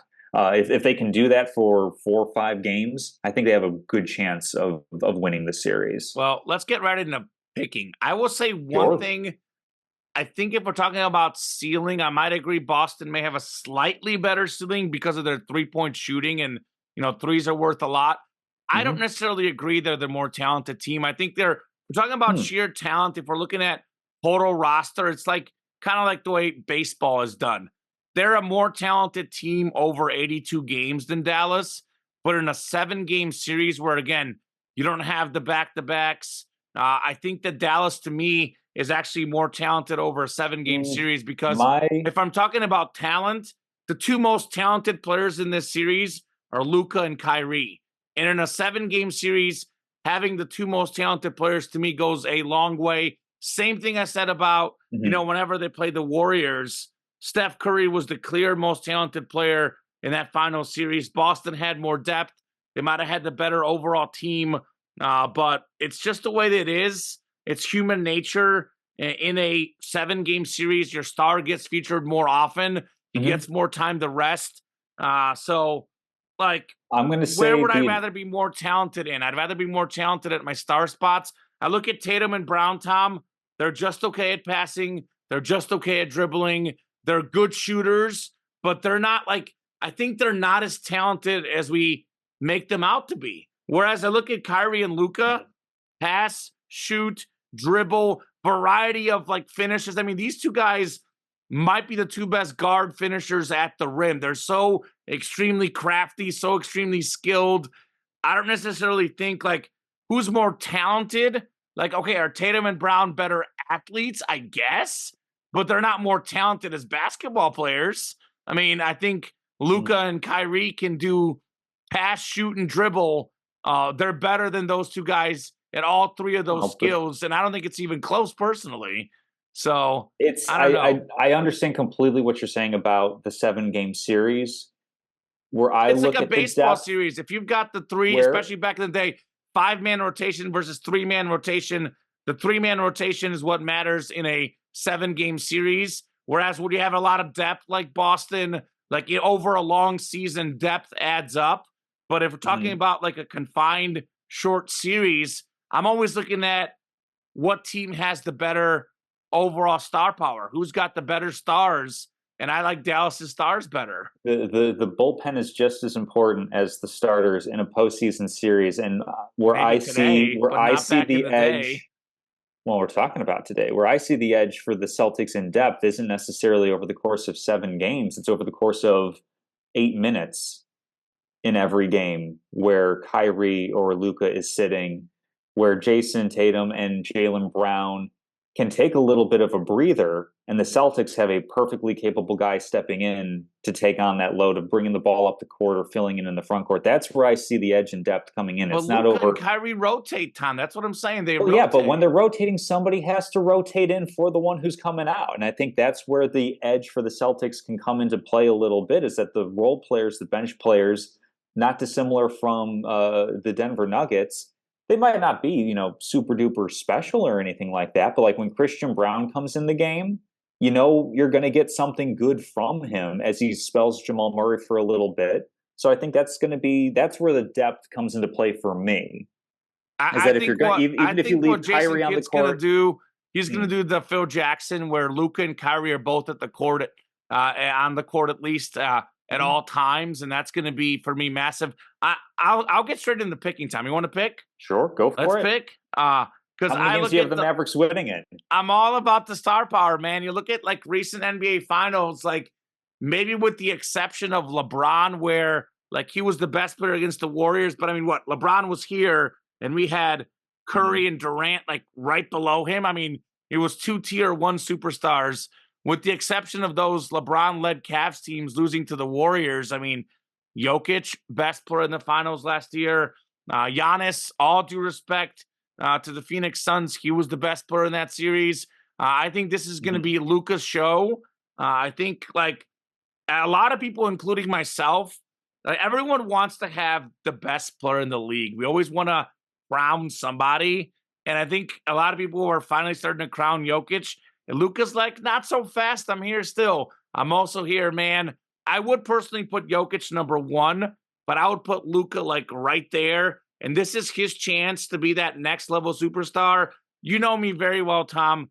I personally think rings get overrated when it comes to overall greatness. But, if you want to be judged by the public as an all-time great player in whatever sport it may be, especially basketball, especially more than anything, because basketball is 5 guys on the court, right? I mean, that's the sport. And they're doing everything. Yeah. Yeah, we can agree that the superstar carries more importance than any other sport in the world, basketball. So if you want to be on the pantheon of all-time greats, you got to have a championship. I mean, like Carmelo Anthony, great scorer, never gets mentioned among the all-time greats because he never had a championship. That's just the way it works. I mean, he didn't play defense, but if he had championships, they would probably not care about that. And Kevin Durant, I mean, my God, Kevin Durant actually plays defense. They don't even count Kevin Durant's championships because they said that he went to the Warriors.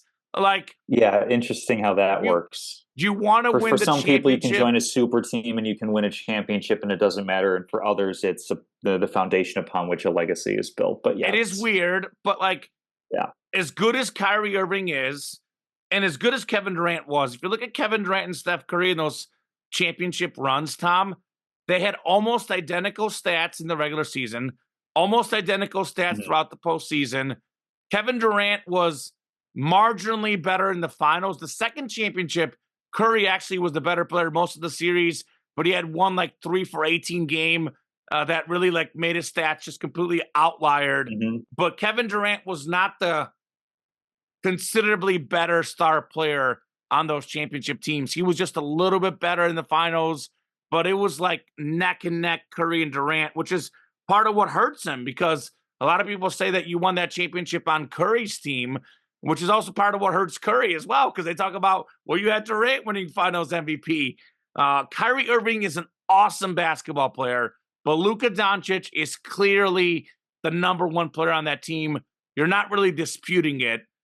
So if you can win a championship as the alpha dog, as the number one player on your team, your profile just completely skyrockets. I mean, and I think like that's where it matters. Like having that superstar and, having those teammates that know this guy is going to be really good no matter what.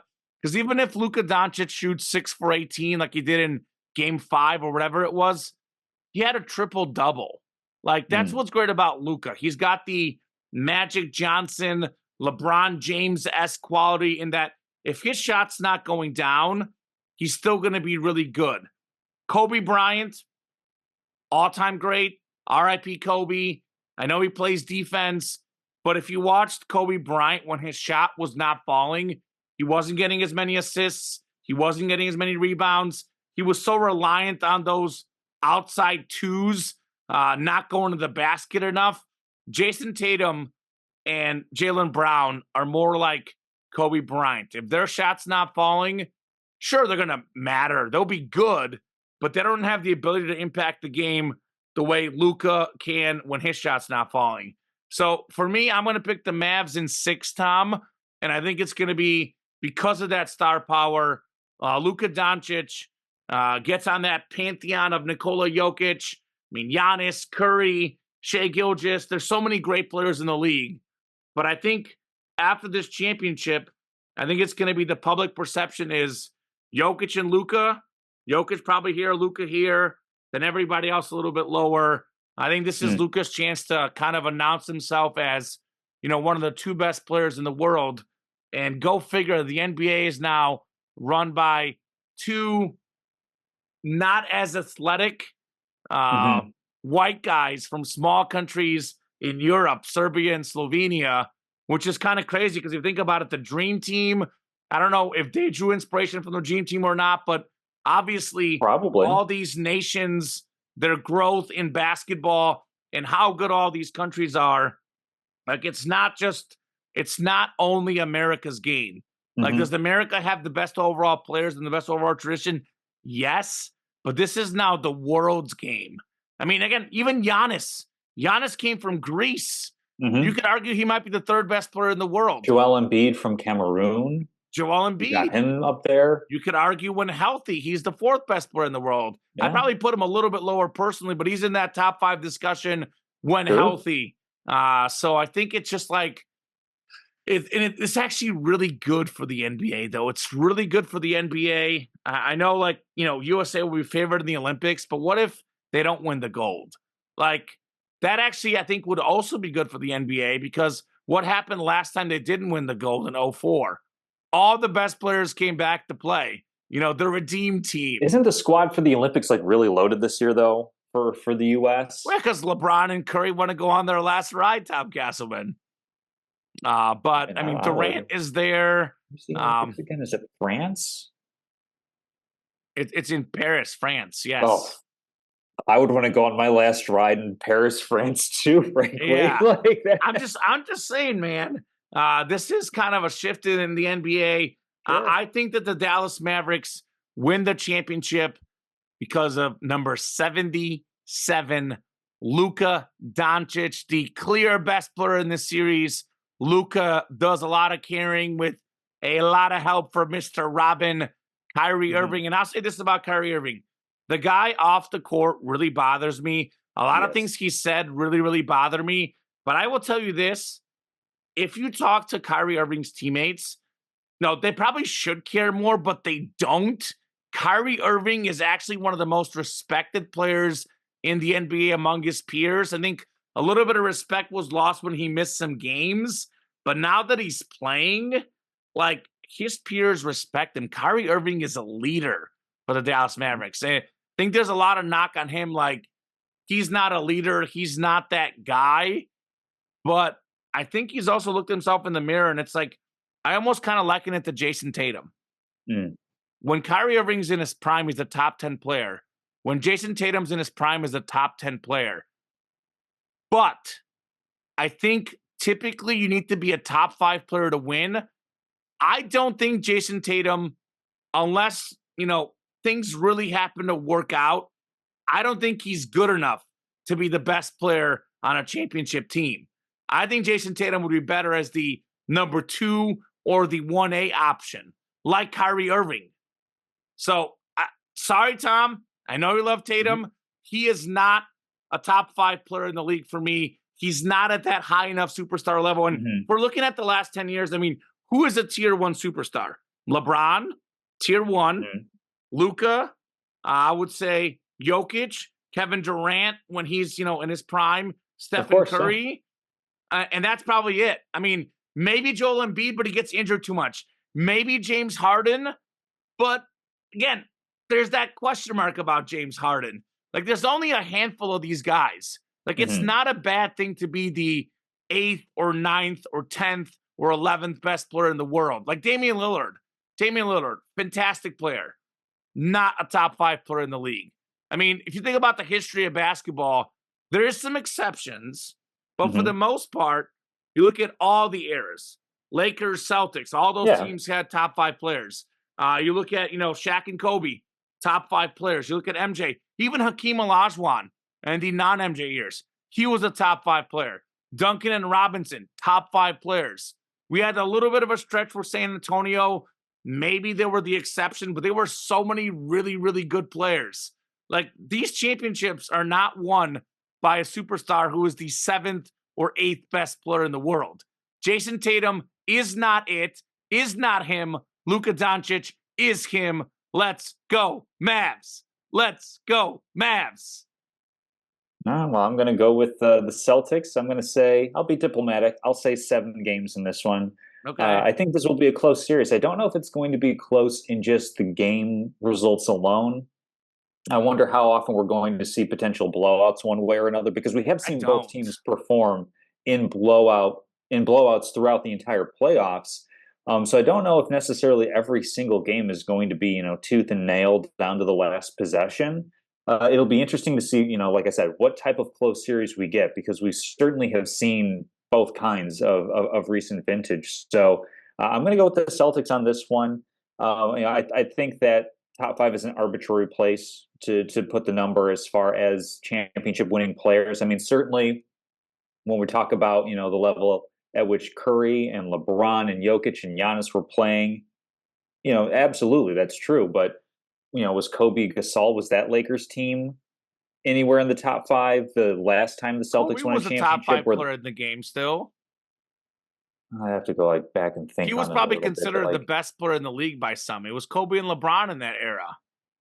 Possibly. I mean, there's also Dirk in that era. Like, Dirk was a top 5 player that season. He was an MVP in that era. Yeah, I'm just saying, like, even Dwayne Wade when Miami won, he was a top 5 player in that era. Dwayne Wade was considered. He was considered the 3rd best player in the league at one point. It was like LeBron, Kobe, Durant, and Wade. Those were considered the 4 best players. At any rate, I think that the numbering system is arbitrary. I mean, if we're going to say the difference between 5 and 6 isn't really all that great, you need superstars to win in the NBA. There's been one exception to that rule, really, in like recent memory. The Pistons. But Tatum and Brown are superstars in the NBA. I mean, both are multi-time All-Stars. They both have a lot of bona fides and accolades. Like I said, it's all about putting together on the court. I think that the Celtics will be able to do that. And I think that... Go ahead. No, I was going to say, and I think you and I are going to have a pretty strong week ahead of us for locks of the week. Yeah, I was going to say, before we wrap up, just one more point to make, something we haven't really talked about.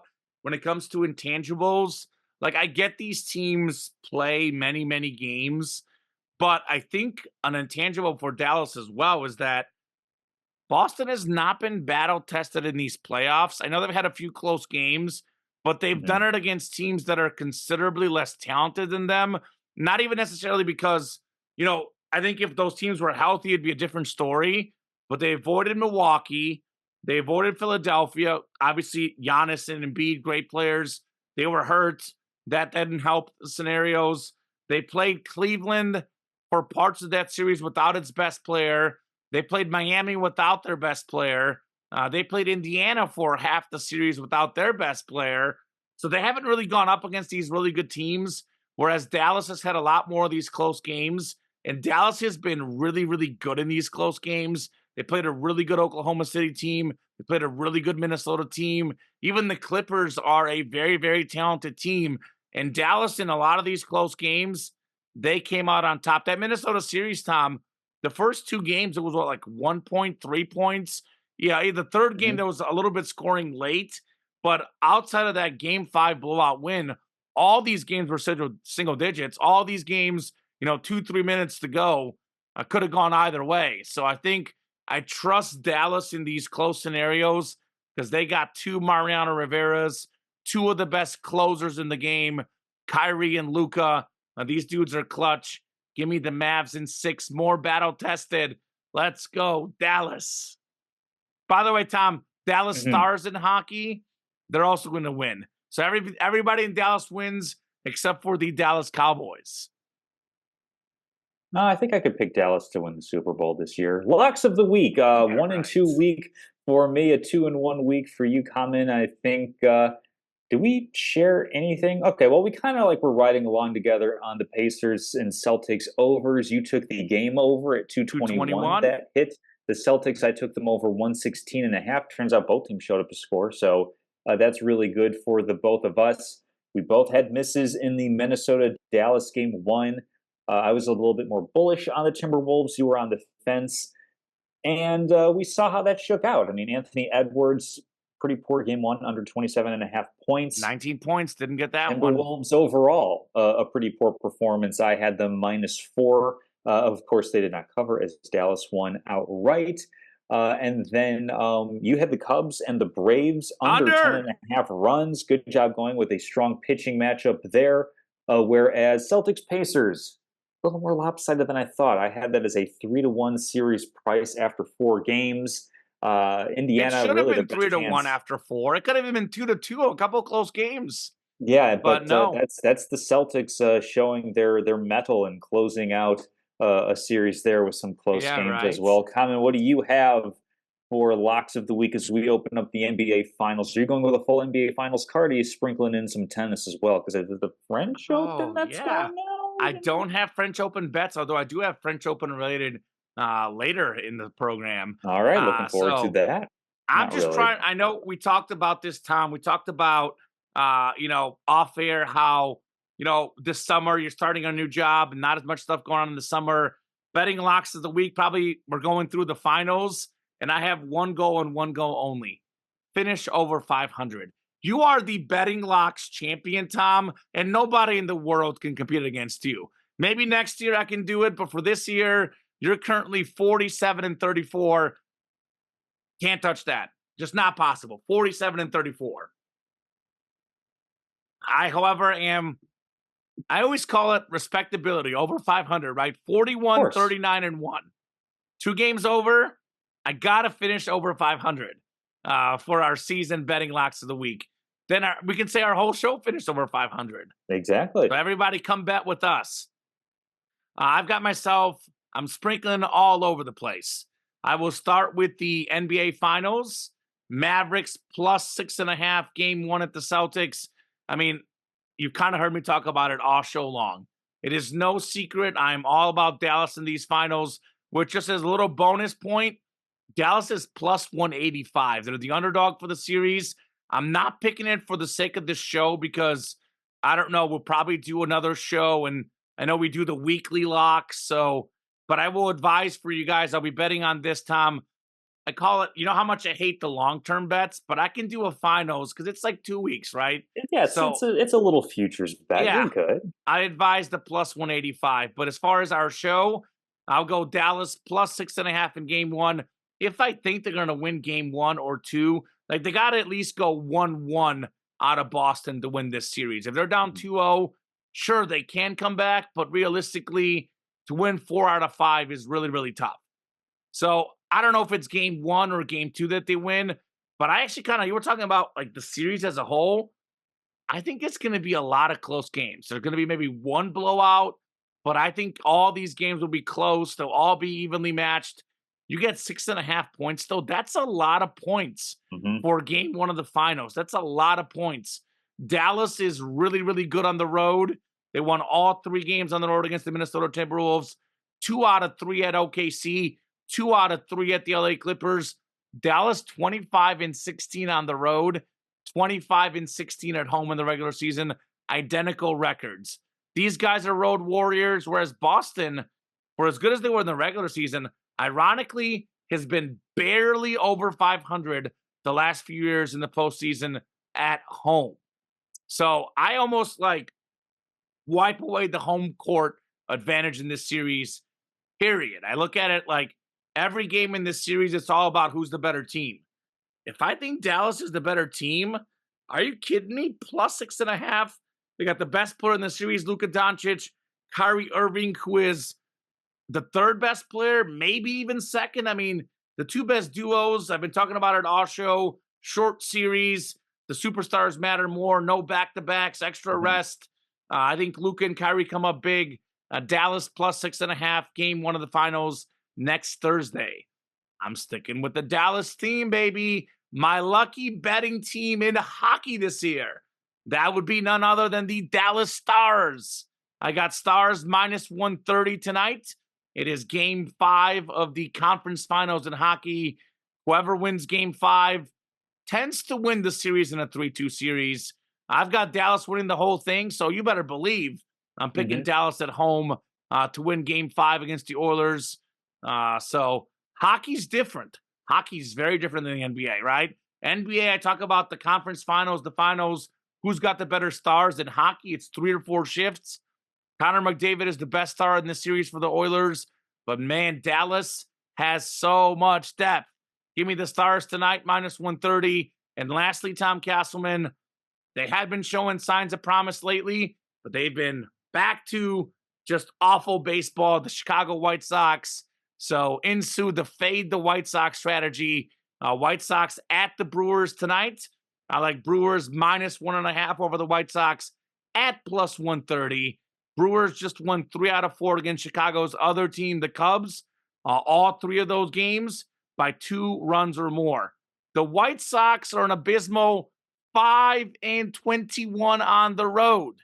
They Mhm. do not win road games. They have lost 8 games in a row, most of these by 2 or more. So I think that the Brewers will win by 2 or more today. Brewers minus 1.5 over the White Sox Friday night. Book it, baby. If I go at least 2-1, I definitely am in that range where I will almost for sure definitely finish above 500. I'm not going to get greedy, Tom. If I go 2-1, I'll be happy for this week. There you go. That's oof. If ever I were tempted to put actual money on a game, that White Sox number, let me tell you, that team is really bad. Bad. So I'm going to go with an all NBA Finals Game One card for you here. Much like you, I agree. 6.5 points is a few too many, in my opinion, between these two teams. I think that that's especially dangerous when you've got guys like Kyrie and Luca that can hit half court logo type threes. Just the sort of thing that even if it ends up being a backdoor cover, still stings all the same. So I like the Mavericks finishing within 6.5. I like for there to be points in this series. I know that we talked about both teams and the level of defense that they're capable of playing, but we also know that both teams are really, really capable of putting up a lot of points. The over under last I checked is 214.5. Kind of low. The score is 108, 107. I think that's a perfectly reasonable thing to be seeing. So give me the over on that one. And then I have a coin flip here because I have 2 point rebound assist player props. Oh, here we go. I feel like there's a little bit more value on Derek White as he's averaging 26.5 PRA and his over under is set at 23.5. But this is supposed to be fun. I've been having a pretty decent year so far. Give me Drew Holiday, who also has a Yeah. 23.5 PRA at -110. With Dallas putting a lot of attention on Tatum and Brown, he's going to have to step up in a big way. I think he will in game one. Even if Kristaps Porzingis is back and taking a couple of shots, I kind of question if he's going to be getting a full minutes workload or if he's going to be used as maybe just like a spot starter guy who comes in, takes tip, goes for the first little bit of the first quarter and third quarter. I have every bit of confidence, though, that Drew Holiday is going to be closing out and that he's going to be counted upon pretty heavily to be a secondary, tertiary type of player. Not to mention that he's also pretty well known for contributing across the board. So even if he's And not he's your getting a boy. ton of shots, and he's my He's guy, your of course, boy. even if he's not getting a ton of shots, he is going to be crashing the boards. He is going to be dishing the ball out to the superstars, especially if the Celtics are able to do what everybody wants to do in the NBA: transition that defense into offense. He's going to be one of the primary ball handlers. Wouldn't surprise me to see him taking the ball up the court and finding one of these stars for an open three. So over 23.5 points, rebounds, and assists for Drew Holiday. I feel pretty good about this being at least a 2-1 week, if not 3-0 I outright. But it feel would be a lot going of with fun. you on the It'd be nice Mavs going plus six and a hitting half. 50 wins. Let's Yeah, go 6-0, baby. Come on, let's there we go. go. Let's go. Let's see trivia. I found an absolute gem in one of the dynasty leagues Okay. this one I'm co-managing in. All right, hit So me. I'm going to give you a lot of information. We're going to test that memory of perhaps maybe you're watching football at this point, maybe not. But I on was. December 3rd, the year is 2000. It is the only day in NFL history that saw 4 running backs rush for more than 200 yards on the same day. Can you name the 4 running backs who on December 3rd in the year 2000 ran for more than 200 yards? 2000. No, 200. Did I No, say but 2000? Oh, the no, year the 2000. year Okay, 2000. there we go. December 3rd, 2000. Well, I got to think of who were good running backs back then. Edgerrin James, maybe? Not Edgerrin James, but it's a good guess to start out. Okay. Jamal Lewis. He was really good in that era. Not Jamal Lewis, no. Okay. I would say one of these guys is a surefire Hall of Famer if he's not already got a gold jacket. One Marshall was Faulk. pretty good, not Marshall Falk. One was pretty two. Well, I guess two were pretty good, and one guy I kind of forgot that he played. Okay. 2000. That's before Peterson went to the NFL. So not Correct. Yeah, Peterson was in the '08, I want to say. And I Could be think wrong. Tomlinson was not in the NFL yet either. Correct. Sean Alexander, maybe? Not Sean Alexander, but you are very, very warm. This guy competed with him for a rushing title the year that Priest Alexander won. Holmes? Not Priest Holmes. I think Larry Alexander Johnson? by 1 yard beat this guy. Nope. Okay. If you want to go guessing on teams, I can confirm the teams and then you can guess the running backs because some of these guys might be better known for playing on other teams. At least 2 of them are, I think. Jerome Bettis? Not Bettis. Deuce McAllister. Mm-mm. Come on. 2000, you said? Yep. Eddie George? Not Eddie George. Good guess, though. Hall of Never Famer enough. himself.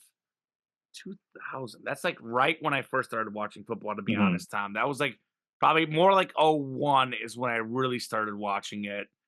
So 2000. Who was good? He said one is a Hall of Fame level guy. One is absolutely in the Hall of Fame. Okay. And 2 were really good, you said? Yes.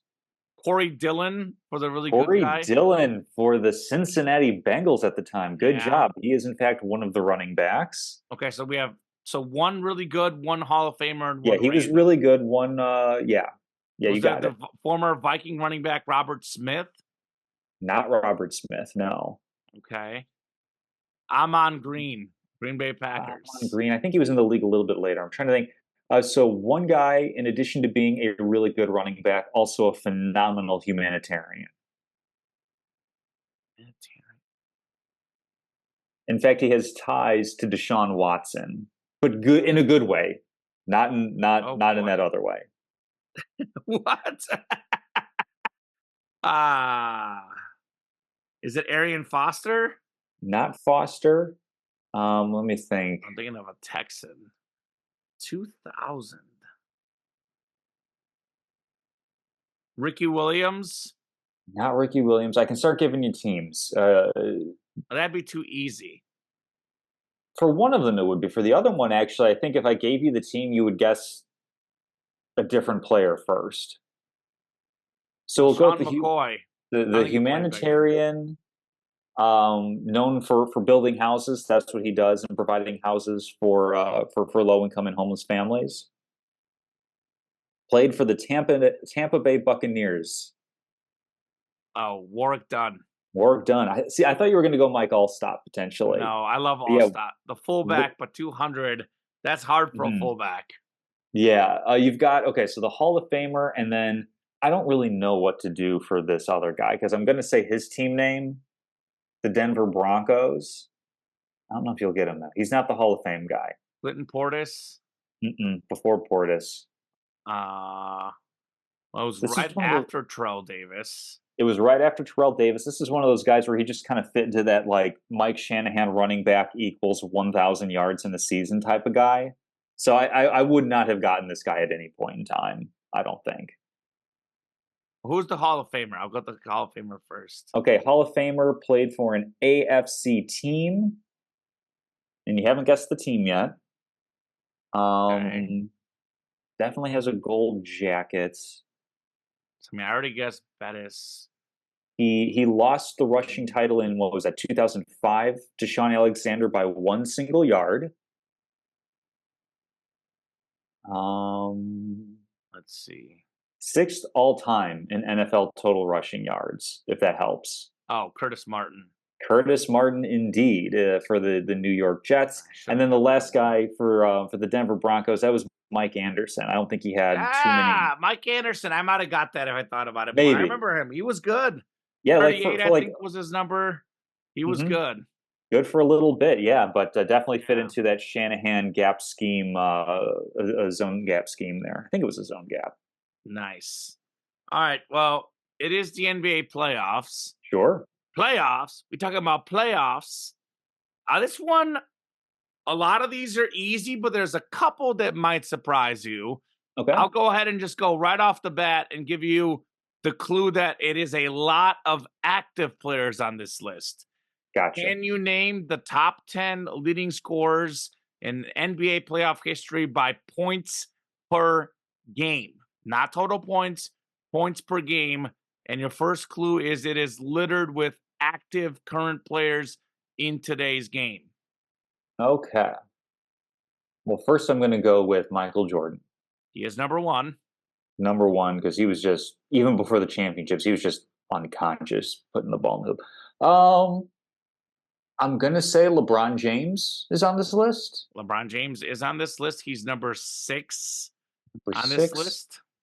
I know he was like quote unquote second fiddle for the first three-peat, but is Kobe Bryant on here? Kobe Bryant is not on here. Figured. Okay. Well, I'm going to go with a couple of Warriors. You got Kevin Durant. Kevin Durant is 4th on this list. Steph Curry, of course. Steph Curry is not on this list. He's a little bit just outside the top 10. Color me shocked. Let's see. Allen Iverson. Not many Allen games. Iverson, Definitely scored. Number 3 on this list. So I'm missing, let's see, I'm wondering who 2 is. Because I don't think that there's necessarily a ton of scoring, but I'll go with some of like the obvious, old legend players, Wilt Chamberlain. Nope. But you're warm. Larry Bird. Nope. This guy played with Wilt Chamberlain, and at the time was the better player than Wilt. based on when Oscar they're Robertson? not Oscar Robertson. There's one legend, and the rest of these guys are all active players. Did Kareem and Will play together? Nope. Okay. Oh, Jerry West. There we go. Jerry That Laker West, legend. he is number 5 on The the logo. scoring list. So you have 1, 3, 4, 5, and 6. You're missing Mm. 7 through 10 and number 2. And this is your clue. All of these players on here Are active. currently playing. And I'll be honest with you, Mhm. all of these guys are playing at a very, very high level. There's So one, Giannis. not Giannis. Ooh. There's one guy on here that's going to surprise you. Okay. Although if you watch the NBA bubble, maybe it shouldn't surprise you. If I watch the NBA bubble, it's not Jimmy Yes. Butler. Not Jimmy Butler, Dame Lillard? not Damian Lillard, Donovan Mitchell? Donovan Mitchell. That's the one Yeah. guy on this list. Because that was All the due year. respect to Donovan Mitchell, he's the one guy that probably doesn't fit on this list. Because that was the year where it was like him and Jamal Murray just Murray. going back and forth at it, and then Murray 50, tore his 50. ACL and Yeah. all that. So is Nikola Jokic on this list on a per game basis? He is on this list. He is number 10 on this list. All right. Where was Mitchell by chance? Mitchell on this list was number 7. 7. Oh, so he was like pretty firmly on the list. So I'm missing 8, You're missing 9, and 2. 8, 9, and 2. Is Luca? Luka is number 2 all time in playoff points per game. There you And go. honestly, he's like fairly ahead of the guys. It's like Jordan at 33.45, Mhm. Luka at 31, AI 29.7, KD 29.3. So Mm. Luka is pretty squarely in that number 2 spot Yeah. right now. Let's see who else. I think that he's probably had too many bad games for James Harden to be on this list. Not James Harden, Would Kyrie Irving be on the list? I know he's had some pretty big not ones. Kyrie Irving. And you He's said that they're playing really, really well. Devin Booker, perhaps? Devin Booker is on the list. Because he had He a is pretty good number finals 8. run. So number 9, active player playing at a high level. Very high level right now. Not played many playoff games. So Would it be Shai Gilgeous-Alexander? no. Probably not Kawhi. Anthony Davis has played a good amount of games, so I'm thinking it's got to be a younger age. Trae Young, perhaps. Not Trae Young. Ooh. One could say he's captured imaginations in these playoffs. Captured imaginations? Mm-hmm.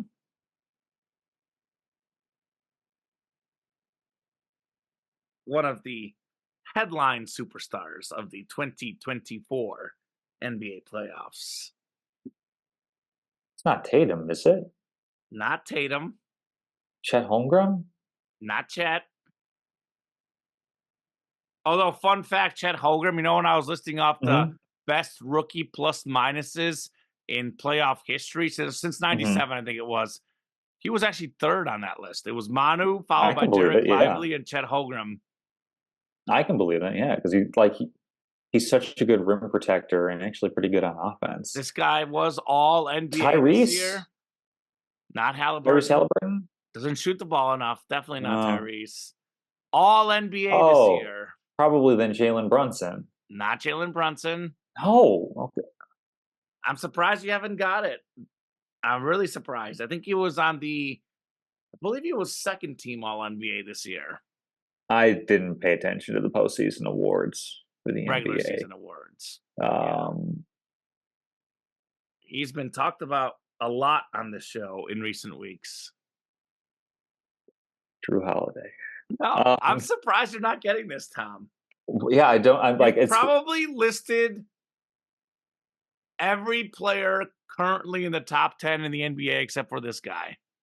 It's not Anthony Edwards, is it? It's Anthony Edwards. I thought he had a couple of games where he didn't put up anything. Oh, he's averaging 27.77 points per game. Okay. I thought he had enough bad games in this playoff run, or at least not necessarily bad, but just didn't score a lot. No, they would were bring that 18, number down, 19. They weren't 12 or 13. He also had Okay. multiple 40-point games, and then they That'll average out, help. right? That'll help.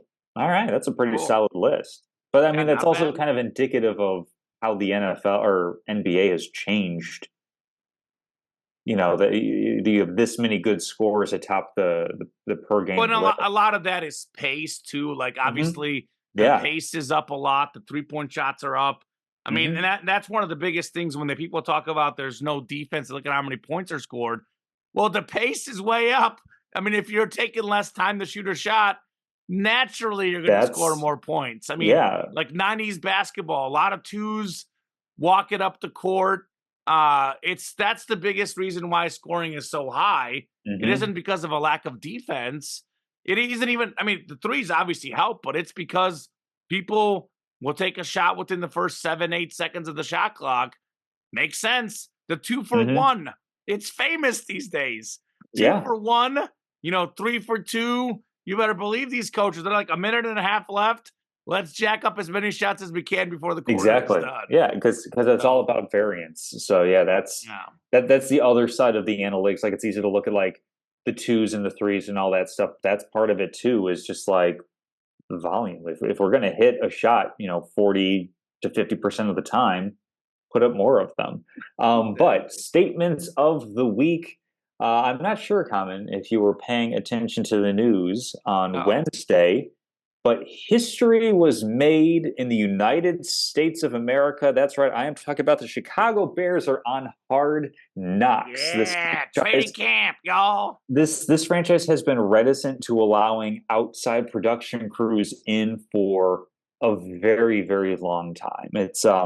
I'm not sure if It's they get been a choice though. I think the NFL just says, uh I'm kind of not sort of. sure. The reporting that I have heard and read about the Chicago Bears is that the McCaskey ownership group doesn't ask for much, but they do ask for this. They have actively been campaigning to not be on Hard Knocks for the longest time. I mean, they've been a team that has been quote unquote eligible for many, many seasons, and the NFL has always neglected to pick them. So this definitely feels Well, like we're the Bears exciting are finally. exactly the Bears are picking an excellent time to relent and really try to build up their brand. They're known as a franchise heritage. Of course, you've got Papa Bear Hallis, one of the founders of the NFL. And this is really an opportunity where they have arguably the best quarterback prospect since Trevor Lawrence in terms of expectation. And when you take that and add it to the magnifying glass that is Chicago, it's a much bigger proposition than, say, a quarterback going to the Jacksonville Jaguars, for example. But this is really an opportunity for the Bears to flip the narrative. I mean, how many years have you and I and everybody who's watched Sunday night, Monday night, Thursday night football and see the graphic of Sid Luckman holding a football as if it's some foreign object that can be thrown in a forward direction, or perhaps seen the pantheon of quarterbacks that have played since the Green Bay Packers have had three guys as their primary starting quarterback? I mean, this is a new opportunity for the Chicago Bears to really maybe not to the level of make themselves America's team, quote unquote, but we've They have. seen what They already Patrick have. Mahomes has done for the Kansas City Chiefs and putting them squarely on the map. The New England Patriots, I know they were a solid team. They made it to a Super Bowl, Drew Bledsoe, yada yada. Tom Brady, Peyton Manning, quarterbacks have the ability to take a team that has, for a long stretch, been mired in mediocrity and lift them up. And the Bears, certainly, I think, are probably a likable franchise. It's not necessarily like the Cleveland Browns in that regard or anything like that. I think that there's a huge fan base across the country that's ready to be activated. And I know this is wishful thinking because I did pick the Bears to win the Super Bowl in the NFL 100 season coming off of that wild card loss. I'm not going to say Bears to win the Super Bowl now, but Just I make the am saying playoffs. that with Caleb Williams at quarterback, I even think that's a dicey proposition. Just make the playoffs and I get would the I would take 4,000 them to pass miss. yards. I'd take them to miss the playoffs at plus money, quite frankly, because there's a lot. But we'll save that for when the season rolls around. 7 seed, baby. I'm not saying that's going to happen this year specifically because as good as Caleb Williams, we hope he is, still a rookie. The CJ Stroud performance is an outlier. Rookie quarterbacks do not often come in and do this, but I am saying that with all of this hype around the Chicago Bears, I am ready to be hurt again. Ah, well, I got good news for you, Tom. Mm, Unless you are really, really reaching for the sky, and of course, anytime you make the playoffs and you lose a playoff game, then you do get hurt in some way, form, or fashion.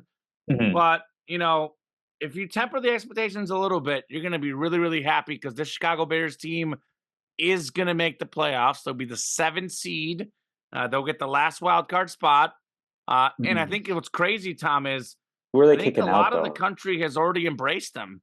I mean, they are the third most bet team to make the Super Bowl out of the Mhm. NFC. According to what bets are getting placed, I think it was That's the crazy. Lions and Eagles are the only two teams with more bets placed on them It to should make the be Super Bowl in the NFC. like if we're talking about making the playoffs, I mean, we're gonna just like put in Philadelphia, San Francisco. Yeah. I don't think Detroit's a fluke. I Yeah. don't think Green Bay from last year was a fluke. I think the Cowboys Dallas are will still make it. pretty good. Yeah, So more that's people have bet on the Bears to come out of the NFC than the Cowboys, and the fine. Niners as well. The So, Lions made or the Rams made the playoffs last year. I think the uh, Cardinals are going to be better with a healthy Kyler Murray. Like there's I it's would going to be take the tough. Bears more likely to be out It's than in, it's but I going can to be still tough. It's definitely 50-50, but I am about 51% sure they're getting the playoffs. So, place a I'm future. just Go going to for it. I hate those. That's a whole season, Tom. I'm placing You can do it for the futures. Chiefs, though. I know that for certain. You would do I that Chiefs to win the should. Super Bowl. I think I might do that for the Chiefs. But I look at the Bears. I mean, I look at like the Copa America and the Euros. I'll be placing futures. A few week Hmm. tournament, a month tournament. Yeah, Maybe I'll sure. place one on the Chiefs. But anyway, I'm feeling good That's about this such a Bears bad team. influence for you. Yeah, thanks, Tom. But it is exciting. I'll say this: Yeah. first 4,000-yard passing season in Bears history. Caleb Williams does get the 17th game, and he'll probably need it to get this record. But I think he's going to Hmm. get it. So my statement, it's kind of a salute. I know we call it salute your sports. It's a statement slash salute. But I would still say it's a strong enough statement. So if you were paying attention to the French Open, Rafael Nadal has barely played the last year, barely played any tennis whatsoever, coming off so many injuries. And he lost in the first round of the French Open. I Mm. thought they should have given him a higher seed. That they based it off his ranking, which, given that he hasn't played very high, Hmm. his ranking is very, very low. They made him play Alexander Zverev, the 4 seed, in the first round, which, I didn't really like that personally. I would have probably given him like at least a decent seed where he doesn't have to play a top 5 player in the world.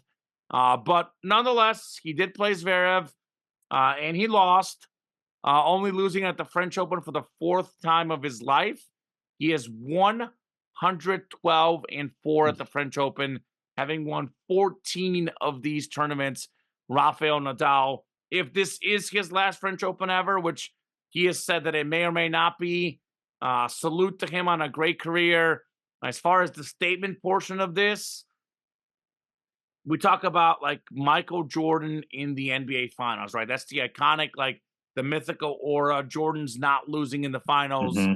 He didn't lose a series, but if you look at his overall team win loss, it wasn't anywhere close to 112-4.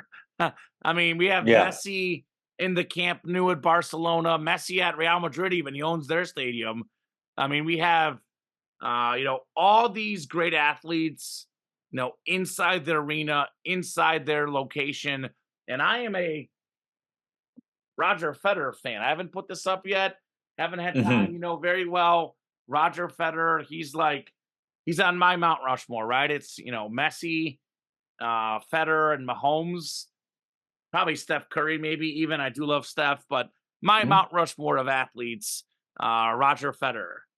But I'm going to give love to his biggest rival. There has never been an athlete more dominant inside a specific arena than Rafael Nadal at the French Open.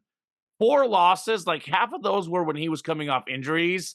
Like in his prime, Rafael Nadal at the French Open, you were not going to beat him. Even Federer and Djokovic, as great as they are, they couldn't touch this guy at the French Open.